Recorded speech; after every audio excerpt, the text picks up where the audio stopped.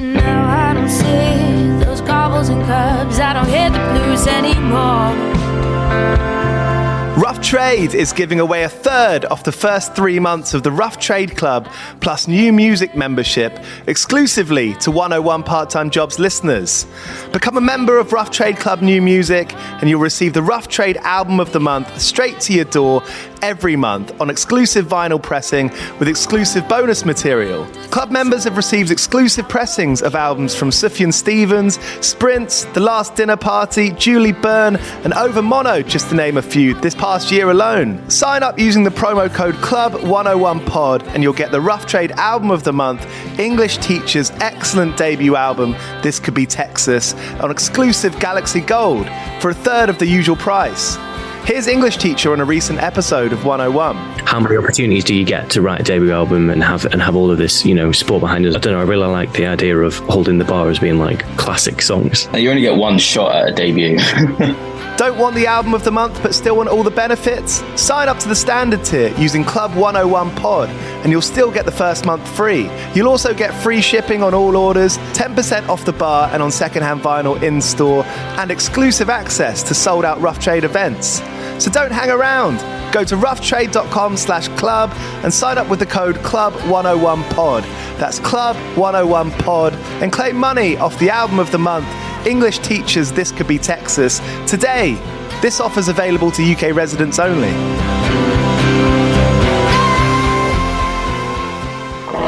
Do you play in bands? I did for the longest time. And I wish that I knew that DistroKid was a thing. I don't even think it existed back then. DistroKid makes music distribution fun and easy with unlimited uploads, and artists keep 100% of your royalties and earnings. 1 million plus artists rely on DistroKid to get their music on Spotify, Apple, YouTube, TikTok, Tidal, Instagram, and all the major streaming services. When you get DistroKid, you can see a DistroKid bank and withdraw your earnings. You get notified when you've earned royalties and you can withdraw via the app. And you can even check your streaming stats on Spotify and Apple. Get 30% off your first year on DistroKid by going to distrokid.com/VIP/101pod. 30% off for your first year. That's not bad. We know it's a tough world out there. Why don't you make it easier for yourself? And to get 30% off that free year as an artist, where you get 100% of your royalties and earnings, go to distrokid.com/VIP/101pod. All right, stay with me. I'll be right back after this. Okay, round 2. Name something that's not boring. A laundry? Ooh, a book club. Computer solitaire, huh? Ah, sorry, we were looking for Chumba Casino. That's right, ChumbaCasino.com has over 100 casino-style games. Join today and play for free for your chance to redeem some serious prizes. ChumbaCasino.com. No purchase necessary. Void where prohibited by law. 18 plus. Terms and conditions apply. See website for details. Money, money, money. All right, you're listening to 101 Part-Time Jobs with me, Giles Bidder. It's the podcast where I speak to bands and artists about the problems that come with being bands and artists, and the wins, but the struggles, the battles that a lot of them face, and the ensuing solutions that make it work. Those are the stories that I'm interested in, and to be honest, they keep on coming. Today, I'm speaking with Thom from the Lottery Winners, who told me so many funny stories about growing up, having double lives, loads of different part-time jobs, and just believing in himself and how powerful belief can be. Thom is so brilliant. I think I made a new best mate on this chat, and I've been loving their record, Anxiety Replacement Therapy, which came out in April. And it came to number 1, if you didn't know. Yeah, Anxiety Replacement Therapy is great record, all over the place musically, but stays in that same place of feeling good, making you want to dance, making you want to go out, and making you want to hang out with your friends, which you can do live with the Lottery Winners, because they're going on tour all throughout the UK between now and the end of the year. Dates next February too, so if you want to go see the Lottery Winners live and experience that serious party, then go and find those dates and bag yourself some tickets. Thanks so much for listening to 101 Part-Time Jobs. If you like this episode, if you like the premise of the show, feel free to leave a review or a rating on Apple and Spotify. All of that stuff helps me and the show massively. So if you're able to do that, thank you. Big love. Before we get into this episode, I'm going to speak with Rebecca from the band Eka, who is a brand ambassador for Ampolo, which is a free app. You can download it now. If you want to practice along with an existing song, you say you want to play bass to Rage Against the Machine, but you want to play along with it, you can take the bass out and practice along just like that. I think Rage Against the Machine is my Bomb Track was the first song I learned to play on bass. That first song you learn, it stays with you, doesn't it? I remember mine, which was Just Like a Prayer on saxophone. But yeah, I mean, I used to play that for hours, like trying to get it right alongside the CD player. You sat there trying to rewind, get it to the right point. Playing along kind of with the vocal. It's great for kind of doing covers and just learning the songs, basically. And that's on Ampolo. It's free. Anyone can download it now on the App Store. You can record yourself so you can see how you're looking when you play it. Make sure your tongue's not sticking out when you're trying to play some riffs. Happy practicing. So here's Thom from the Lottery Winners on 101 Part-Time Jobs.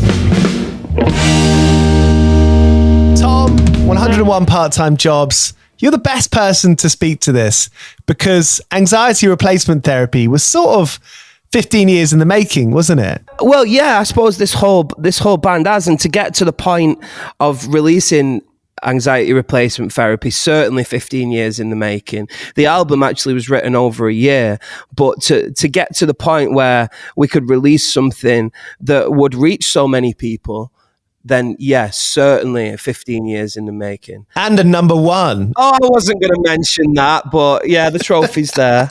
I mean, it's littered throughout the record in like Jenny, where it's like the coffee cup circular daily grind, you know, and it's... Thank you for listening to that lyric and referencing it, because I thought that was a dead clever lyric, me, stuck in the circle of the coffee cup ring, and no one's ever mentioned it. And I thought, I am literally Morrissey, and no one's even talking about it. So thank you for bringing it up. Well, it's the beauty in those lines, and I'm sure a lot of people, I'm sure like everyone can relate. You know, when you do the same job every day, that you break up that day by getting a coffee most of the time. For a lot of people, that breaking up is go to the coffee. My old job, I used to work on Times Radio doing all the adverts, and I always used to mess them up, but that's another story. Can you give me an example? Will you do me an advert voiceover for my album art? Oh, I didn't record them. You're listening to John Pienaar, and today we're going to go to Ukraine to find out the next thing that's going on. You've got a good voice for that, mate. But I'd go, like, the way I would sort of like stay sane was to go on, ask the whole room, like, anyone want a coffee? Anyone want a tea? Because I'd get up on my legs and it'd just be doing something different. You break the day up. It's just, yeah, it's a really relatable lyric. Do you know what? Can I tell you a secret? Please. I have never tried tea or coffee in my life. You haven't tried it? Never a sip. Never tried. Not even. I don't even know what it's like. How do you think you've come this far? Well, I'm proud of that. It's my most and only interesting thing, because if I can grow up to be like a full-blown adult who does his entire life without ever having a brew, I think that I might be the first Englishman, and I want that on my grave. Here lies Tommy Rylance. That's an accolade. Never had a brew. It was Spike Milligan. I've got a picture of him here next to my computer screen. On his gravestone, it said, "I told you I was feeling unwell." I love that. The only thing I want to do is leave a witty gravestone. It's not bad. It's not a bad dream. I mean, it's a totally accessible dream. I think what the record does so, and what you as a band do so well, is that, like, it's almost like that Facebook status thing where someone's describing their life, and, you know, there's this talk of like sertraline and antidepressants in a kind of way, like, I'm going to hate myself tomorrow because I'm spending all my money. In my mind, that's like spending all my money at the pub, and I'm going to hate myself tomorrow. You know, like, I think the most sincere, like the coolest resonating art is the stuff that kind of sums up, you know, culture in real time. Do you know what I'm saying? Yeah, I think so. And I'm really glad that Well, firstly, I'm thrilled that you've actually listened to it, because a lot of people don't, and I think that's really nice, and it's made me really warm to you and like you, because your face was already nice and friendly, and then now I just want to be your mate. So thank you for listening to it. And I'm really glad that you think that I've managed to do that, because my most important identity is being a songwriter, and I really that's always what I've wanted to do and what I've always wanted to be. So if you think that I'm hitting like relevant points, and people come up to me these days and say how much the songs mean to them or have helped them in certain situations, and obviously that is like, so it's almost as good as that number one trophy. It's not quite as good, obviously, because you don't get a trophy for that. Because it's real people. You know, when you go down the pub or you go down to the shop, when you meet someone and it's like a real unagendered, there's no agenda behind the kind of conversation you're having with that person, that's the most special thing. It is, because obviously, like, throughout my life, I've turned to music when I, you know, in dark times or in happy times, and it's like a soundtrack to your life, innit? And it's always been really important to me. I don't believe music's disposable, which I fear that it kind of can become these days. So like to do that to other people in the same way that maybe the Smiths have done to me, or, you know, any of those records, Nirvana, that I grew up listening to, then I think that's it's really special to me, and it makes it all worth it. I mean, I think we're probably like similar ages, late 20s, early 30s. Yeah. How have you been able to like keep on playing music over the years, you know, since you're a teenager, and being like, okay, well, I can do this. Like, I can write a song, you know, when one song becomes 15 years, like reflecting on that time, what are the kind of the main like milestones or the main key points that have kind of allowed you, you know, you've allowed yourself to keep playing music? Well, it's been a rocky journey, to be honest, but I've always like believed in it. I've never ever wanted a plan B.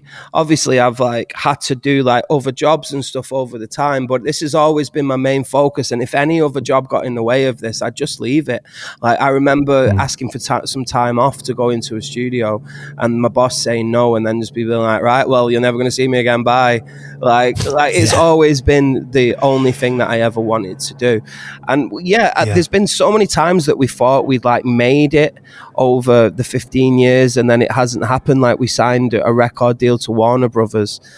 Seymour Stein, who signed like Madonna and the Ramones and the Talking Heads, I've got his card here. It's always there. Like, you joking? I've got it like, oh my God, so I can see it every time I'm recording music. He really liked us, and he offered us a record deal, and we got to make our first album.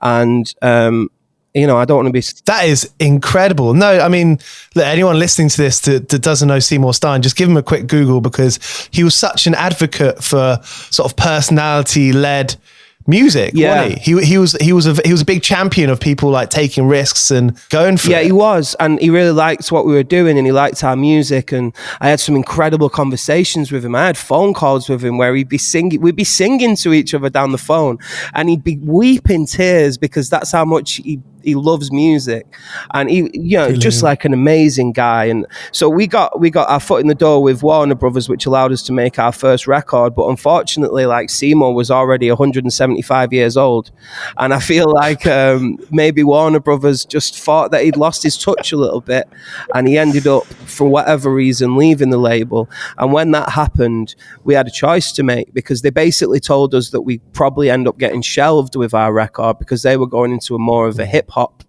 kind of route. So do we want to kind of follow Seymour into the dark and just like leave this major record deal, which I told everyone about, every single person that I'd met, you know, bus drivers, just anybody, hey, we signed a record deal to Warner Brothers. And then so we had to kind of deal with the very real reality that had just completely been taken out from underneath us, and we were just back to square one. And that was really tough, like, mentally. I think that was probably around 2018 or something like that. And, wow, all right. You hadn't released an album yet? No. And so I remember the conversations like, well, is this it? You know, like, should we just give up? Like, is that going to be it? And but but we never would do that. We've just been best friends for so long, and with this like common goal that it was like, no, come on, like we believe in this. Let's get up and go again. And Seymour introduced us to Modern Sky. And Modern Sky is to do with the Coral, isn't they? Yeah, the Coral are on Modern Sky. Alfie Skelly, who's one of the Skelly brothers, is part of it. Our cousin, I don't know. He's part of that Scouse indie, gang. Miles Kane called him the Scouse Mafia. Yeah, he's part of that mafia, which I feel like is run by Dave Picciolini. And I'm just like the weird guy that pops in with a sandwich for them all sometimes. Like, hi guys. How did you meet him? What was the first meeting there with that lot? I don't know. Well, Seymour signed us at Sound City in Liverpool, so Liverpool's always had kind of a big, and he was with Dave at the time, so Dave was aware of us. And yeah, I think that was an important time because we found someone that believed in it. And Modern Sky released that first album. We were all ready to go. We were like, right, it's finally going to happen. This is it now. Come on, let's go. Released it March 2020. And then just like the whole world shut down for 2 years. Like it was literally the same week. So we were like, oh my, like this isn't made for it. Like we're just unlucky. Like it's not going to happen. So then we just thought, that was like 5 seconds. And I was like, no way. Right. The only way we can exist now is online. Let's all get some like little cameras. And every single day, we're going to spend all day on Zoom or remember House Party? That was weird. And we're just going to make stuff. And I'm not going to go to sleep every day until I've made one thing. So I was writing songs, making covers, doing videos. We made a TV show that ran every week, and I interviewed loads of people. It eventually ended up on Sky, and we just used that time to build. And actually, I think without that time, or without capitalizing on that time, we wouldn't have come out of it in anywhere near a stronger position that we are now. Because we've like the community around the band now is just like. So it's like a massive family, and it sounds so cheesy, and I hate being cheesy, but I really feel like there's a community and a family around our band that I think's they're beautiful. Like I'm in my own fan club and I read it every day. And like people meet up and they've become friends, and people have made lifelong friends just from liking our stupid songs, and it's just that special. You know what? It makes me think, and maybe this is like a bit of a far out, like kind of like brain fried thing to say, but when you talk about community and being in your own fan club, football, Premier League football isn't the same right now, right? But going back even just like 50 years, like not that long ago, like our parents' generation, that's what that community feeling was. And like a lot of people, even with the Premier League being how it is, like half the country, football is their religion. Yeah. You know, and I get that because we all need something to believe in, something to reflect ourselves onto us, something to hold ourselves accountable for, stuff to feel good about when we wake up in the morning. We all need that. Yeah, and it's also like you go to the games and you're surrounded by people with the same belief. And I think that's like a very human thing, that we need those communities and we need like that mentality of togetherness.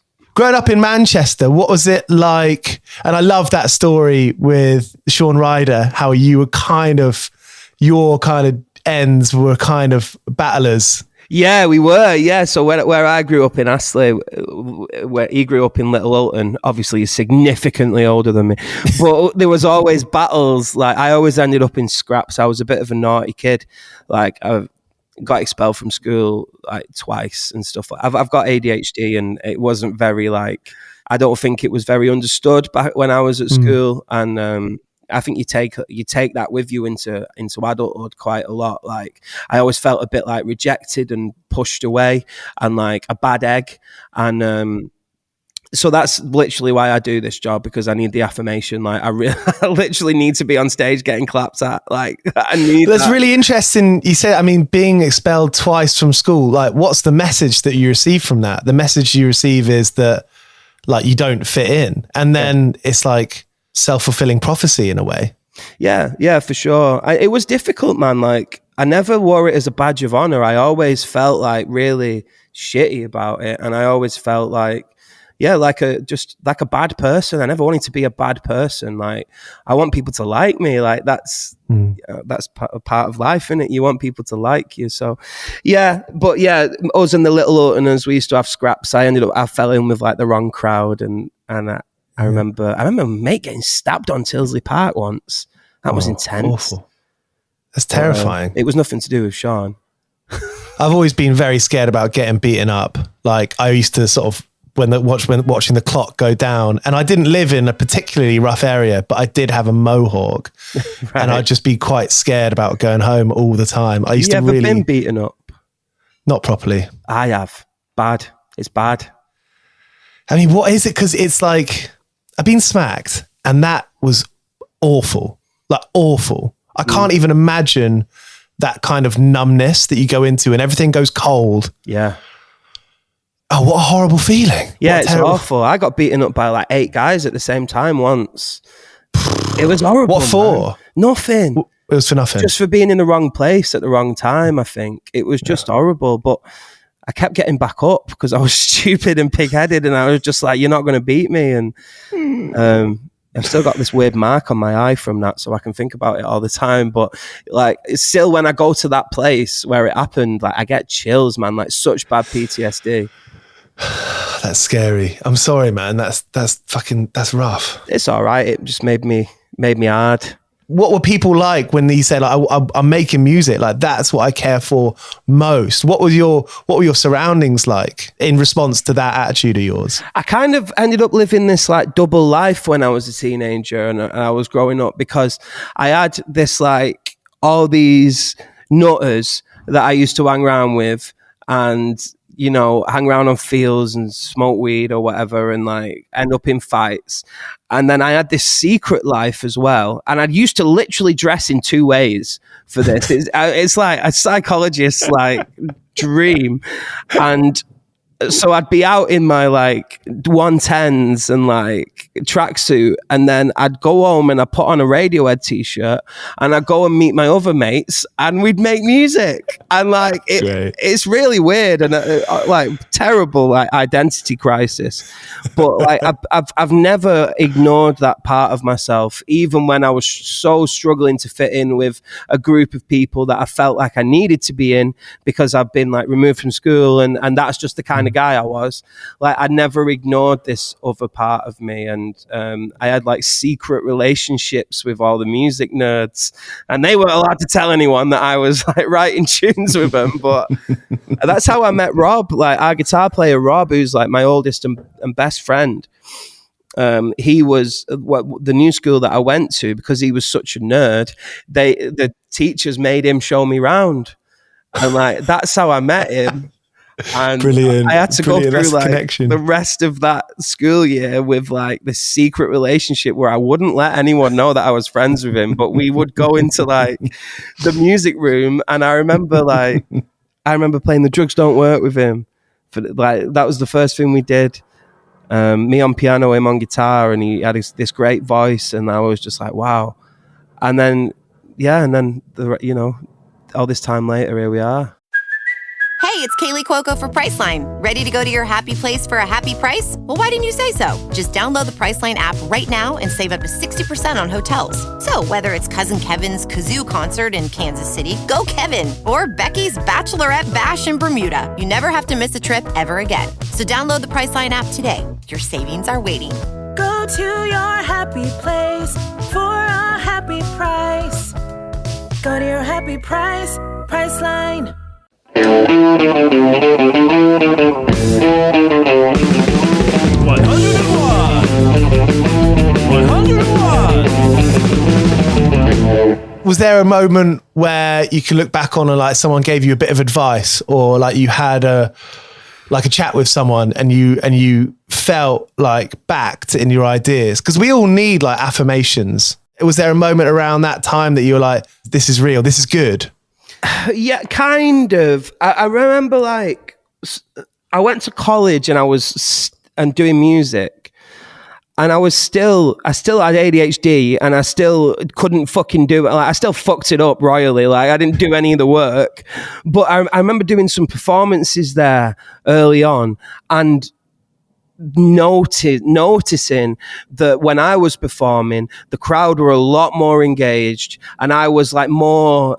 There was something about me on stage that made people more interested than when all the other people were performing, and for me that was kind of like, oh, okay, well I might have something here, and And at that point, I ended up getting into a band with Rob, like we reconnected, an awful band.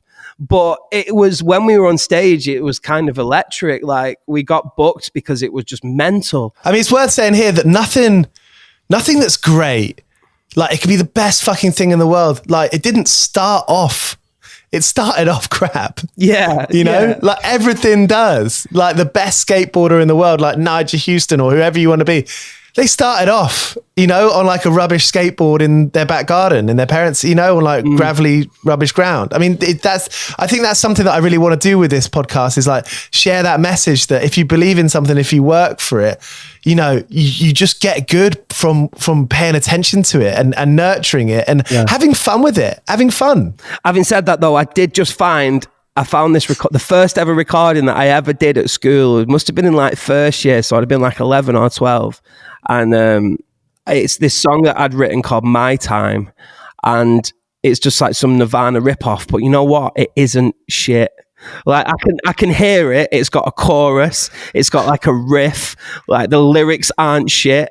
And I'm like, okay, I was always a genius. That's good to write all right lyrics when you're a young teenager. I was very troubled. I think so. Like, I think good lyrics always come from a place of trouble. You know, I think when you get into your 20s, when you're like, okay, what's going on? What am I doing I think that's why a lot of us get into like drinking and going down the pub. I realized I used to spend a lot of time down the pub because I thought I was doing something. Yeah. I thought I was working towards something. Yeah. All I was working towards was being a pretty good drinker. and that just goes once you stop going to the pub after 3 months anyway. But I guess my question is like, did you smarten up about like, because to be a good, like successful artist today, the creative side, yes, but also the admin side, the being smart side, did that being smart, did that come naturally to you? No, and I think that the time I was talking about in lockdown, that's when it taught me how much work I had to do to make this like real. So like since then, every day I'm here, you know, like every single day, and I'll think about it 24 hours a day. I'll dream about it. And you're like, a Damon Albarn. Yeah, I am. I'm exactly the same as Damon Albarn. Like a lot of people are saying that I'm just as genius as him. You said, had it here first. Finally, you can say it out loud. A lot of people are saying my Shaun Ryder tune's better than his. Yeah, I thoroughly believe that if you really want something, which I always have, then you gotta work so much harder than everyone else because someone else is. Like you've got to throw everything that you've got into it, and I do, and the other 3 members of the band do, and our manager Tristan, who's never managed anyone before, who was just a producer. Well, not just a producer; he's an amazing producer. But he was working on our music, and I remember the time really well. And I think it was probably. We were in this studio called Giant Wafer. I'm trying to remember what we were recording, but I suppose it's irrelevant. But we had a manager at the time who I loved. He was great. He was like one of the, you know, like industry guys. Like he really was.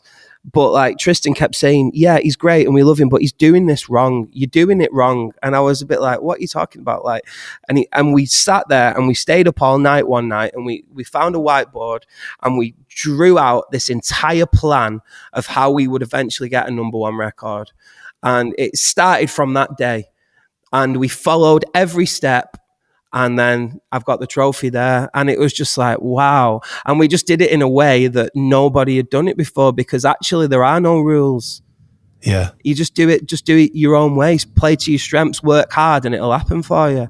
It was incredible, man. And I love Tristan. And since he came and took the wheel, and like I said, the first time he's ever managed anyone, and he takes them straight to a #1 record from basically nothing, I think it is like, it's a real testament to him and how smart he is, you know.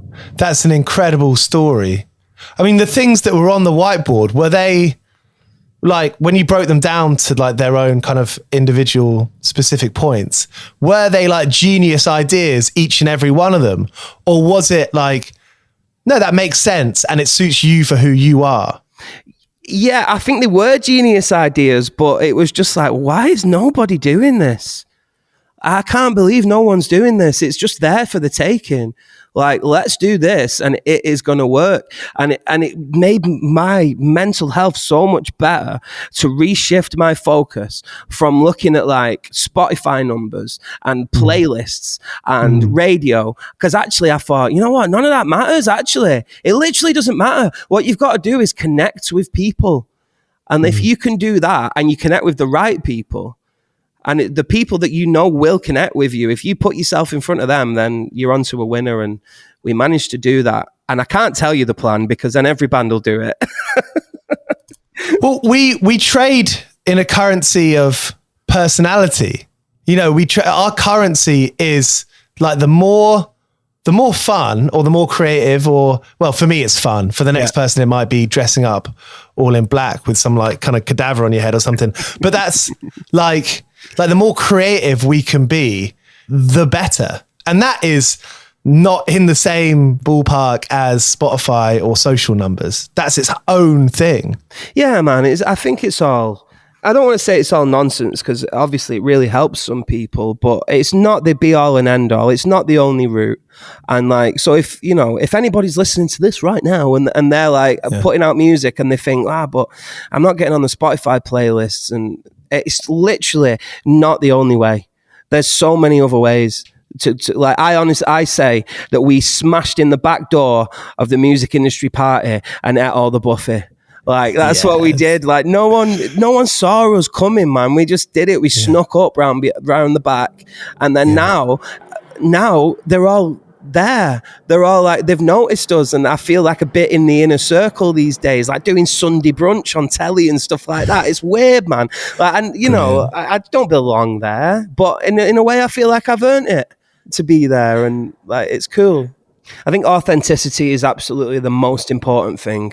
Like, be yourself, do what feels right for you.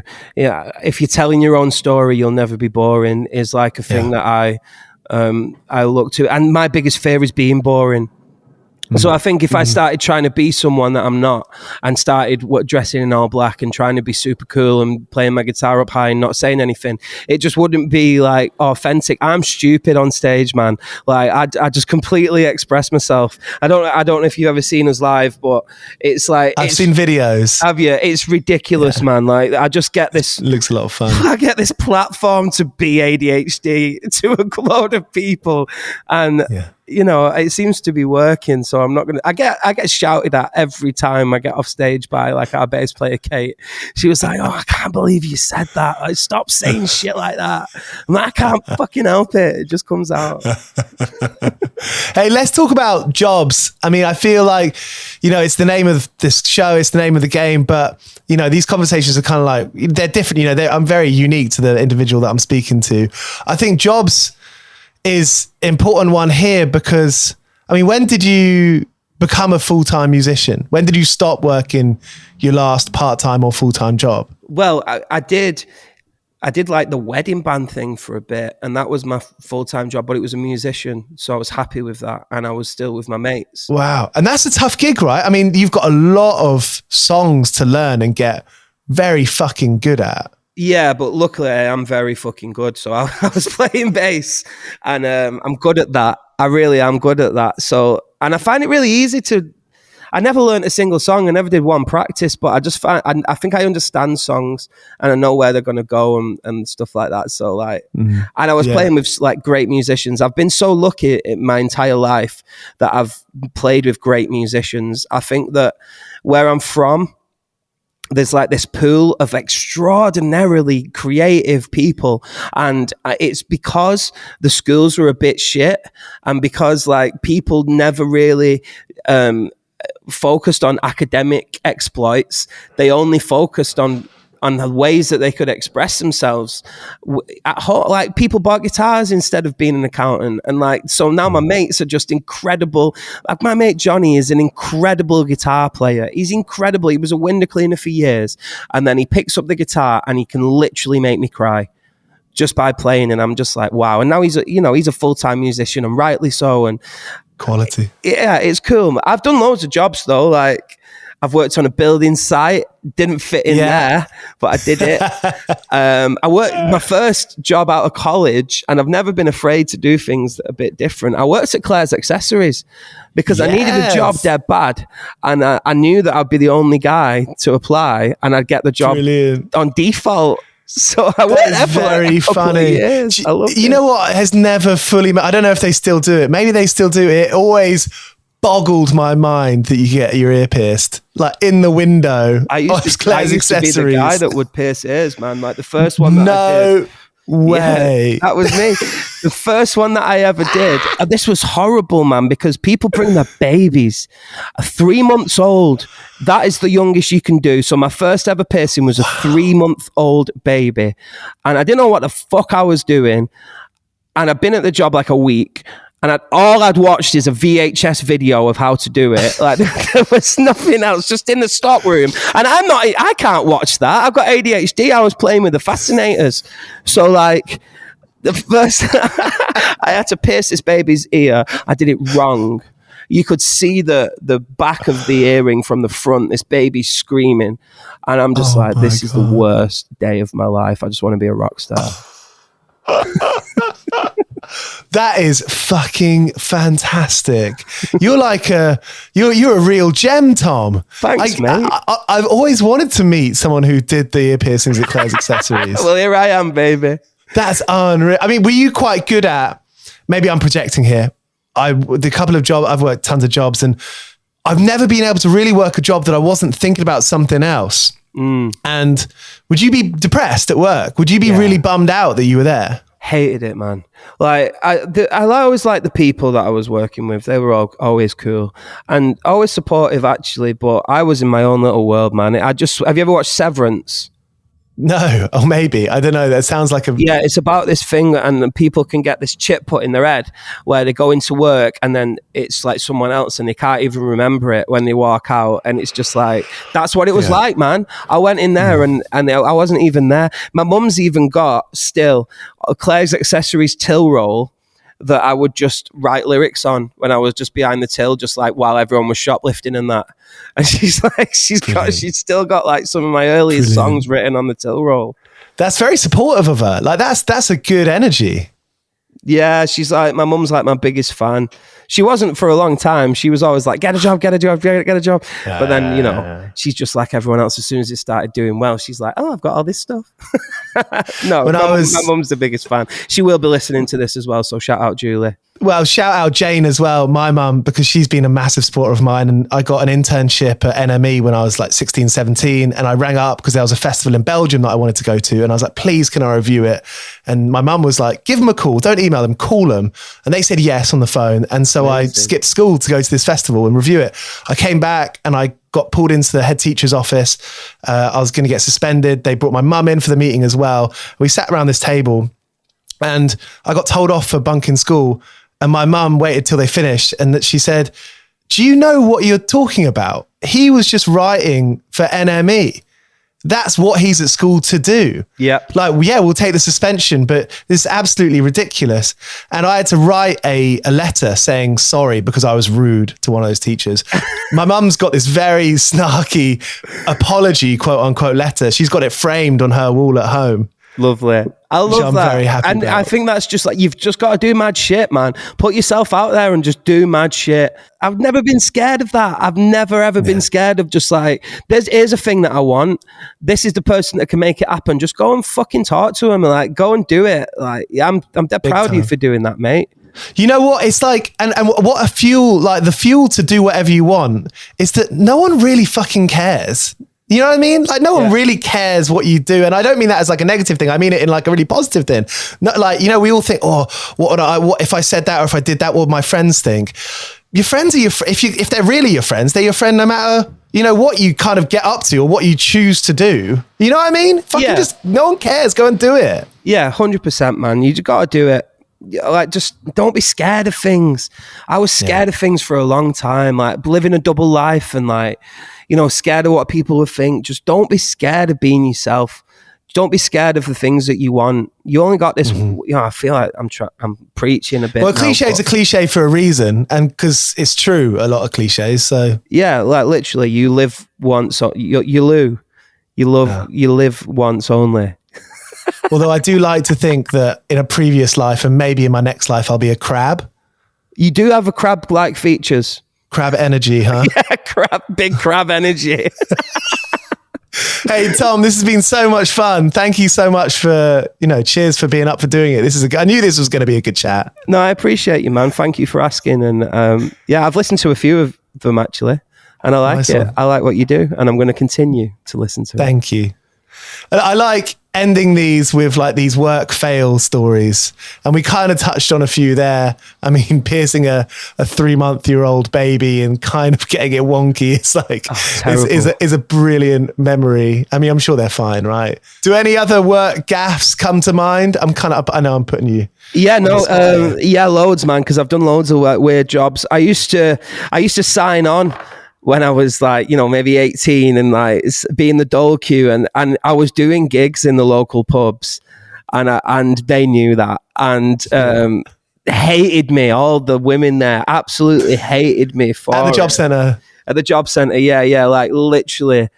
I used to argue with them all the time and it was awful and I was always getting my benefits stopped and everything like that when I was young.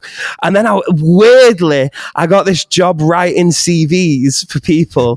And then I got this job where I had to go into the job centre and present how to get a job like on a PowerPoint.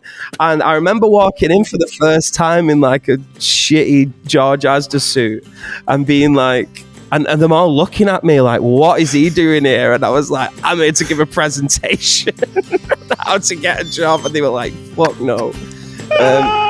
Yeah, just a room full of side eyes being like, it's this guy. Yeah. What the fuck?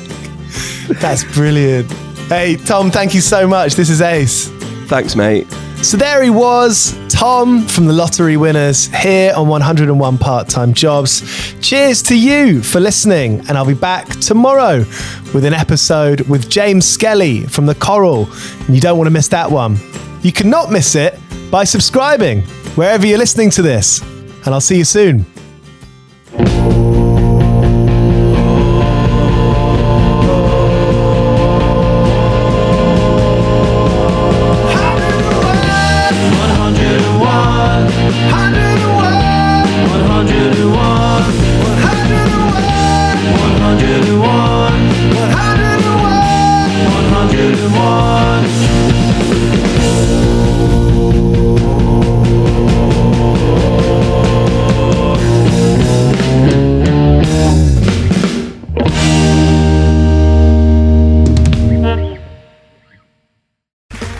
Okay, round 2. Name something that's not boring. A laundry? Ooh, a book club. Computer solitaire, huh? Ah, oh, sorry, we were looking for Chumba Casino. That's right, ChumbaCasino.com has over 100 casino-style games. Join today and play for free for your chance to redeem some serious prizes. ChumbaCasino.com. No purchase necessary. Void where prohibited by law. 18+ terms and conditions apply. See website for details.